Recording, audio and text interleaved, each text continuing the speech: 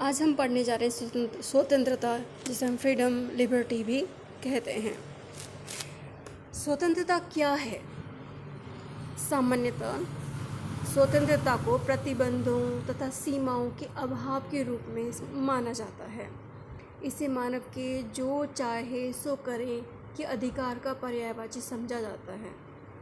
यानी कि फ्रीडम का मतलब हम यही समझते हैं नॉर्मली कि कोई हमारे ऊपर किसी तरह का प्रतिबंध ना हो, किसी तरह की रोक टोक ना हो, कोई सीमाएं, कोई बंधन हमारे ऊपर ना हो और हम जो करना चाहें वो हमें करने दिया जाए। हम लगभग इसी को ही स्वतंत्रता मान लेते हैं। हॉब्स, जो कि एक पॉलिटिकल थिंकर हैं, पॉलिटिकल साइंटिस्ट हैं, उनका मानना है कि जो चाहे सो करे, ये स्थिति स्वच्छंदता की स्थिति है और ये प्राकृतिक अवस्था में ही उपलब्ध हो सकती है। यानी कि जब हम प्राकृतिक अवस्था में जंगलों में प्रकृति के साथ रहते थे, उस समय ये पॉसिबल था कि हमें जो चाहे सो करने दिया जाए। पर अब हम समाज के साथ रहते हैं और हम एक सामाजिक प्राणी हैं। ऐसी स्थिति में हर किसी को जो चाहे सो करने का अधिकार नहीं दिया जा सकता। दूसरे शब्दों में स्वतंत्रता का अर्थ है मानव को उस कार्य को करने का अधिकार जो वो करने के योग्य है। व्यक्ति की आत्म अभिव्यक्ति की योग्यता का विस्तार करना तथा ऐसी परिस्थितियों का होना जिसमें लोग अपनी प्रतिभा का विकास कर सकें। सही शब्द में अगर स्वतंत्रता का अर्थ समझते हैं तो स्वतंत्रता का अर्थ होता है मानव को उस कार्य को करने का अधिकार दिया जाए जो वो करने के योग्य है, जिसकी योग्यता उसके अंदर है। वो अपने आप को अभिव्यक्त कर सके। व्यक्ति को इतनी छूट, आज़ादी होनी चाहिए कि वो अपनी आत्म अभिव्यक्ति कर सके, अपना विकास कर सके, उसके अंदर जो इंटरनल क्वालिटीज़ हैं वो डेवलप कर सकें। ऐसी परिस्थितियां देना ही स्वतंत्रता है और ये आवश्यक भी है।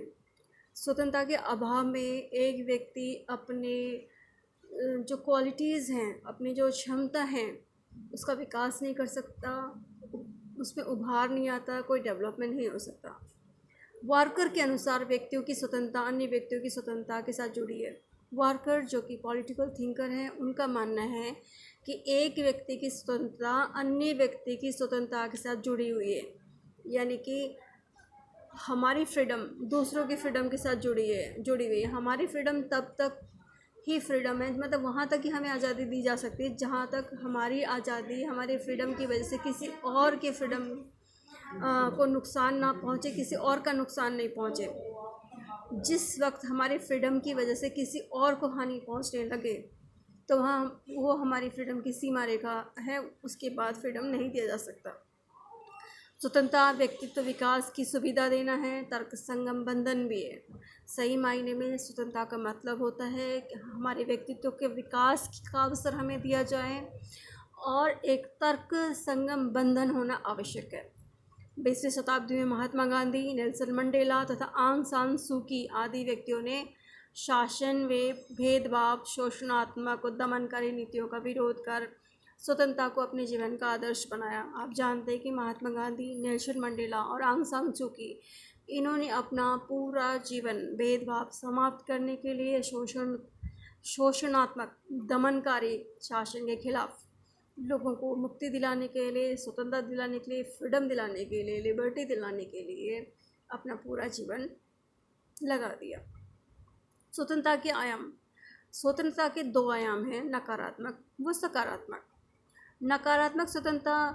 नकारात्मक भाव में इसका ये निहितार्थ है कि जहाँ तक संभव हो प्रतिबंधों का अभाव हो। जो नेगेटिव फ्रीडम का मतलब होता है प्रतिबंध जहाँ तक हो ना हो। नेगेटिव फ्रीडम के जो सपोर्टर्स हैं वो कहते हैं कि जहाँ तक संभव हो वहाँ तक प्रतिबंध नहीं होना चाहिए। नकारात्मक भाव में इसका ये निहितार्थ है कि जहाँ तक संभव हो प्रतिबंधों का अभाव हो, क्योंकि प्रतिबंध व्यक्तिगत स्वतंत्रता में कटौती करते हैं। इसीलिए इच्छानुसार कार्य करने की छूट हो, व्यक्ति के कार्यों पर किसी प्रकार का प्रतिबंध ना हो। इसके समर्थक हैं जॉन स्टुअर्ट मिल और F.A. हाइक। और भी पॉलिटिकल थिंकर है जिसके समर्थक हैं, पर आप अभी 2 नाम याद कर लीजिए, जॉन स्टुअर्ट मिल और F.A. हायेक नकारात्मक स्वतंत्रता के समर्थक हैं। इनका कहना है कि जहाँ तक हो सके प्रतिबंध नहीं होना चाहिए, क्योंकि प्रतिबंध का मतलब ही स्वतंत्रता में कटौती है, और व्यक्ति को अगर इच्छानुसार कार्य करने नहीं दिया जाए तो उसका कोई व्यक्तित्व का विकास नहीं हो सकता।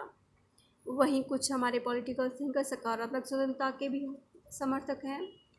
उनका मानना है कि नियमों और कानूनों के अंतर्गत ऐसी व्यवस्था जिससे मनुष्य अपना विकास कर सके, नियम होने चाहिए। जो सकारात्मक स्वतंत्रता के समर्थक हैं उनका मानना है कि नियम होने चाहिए, कानून होने चाहिए, और नियम कानूनों के अंतर्गत ही व्यक्ति मनुष्य अपना विकास कर सकता है।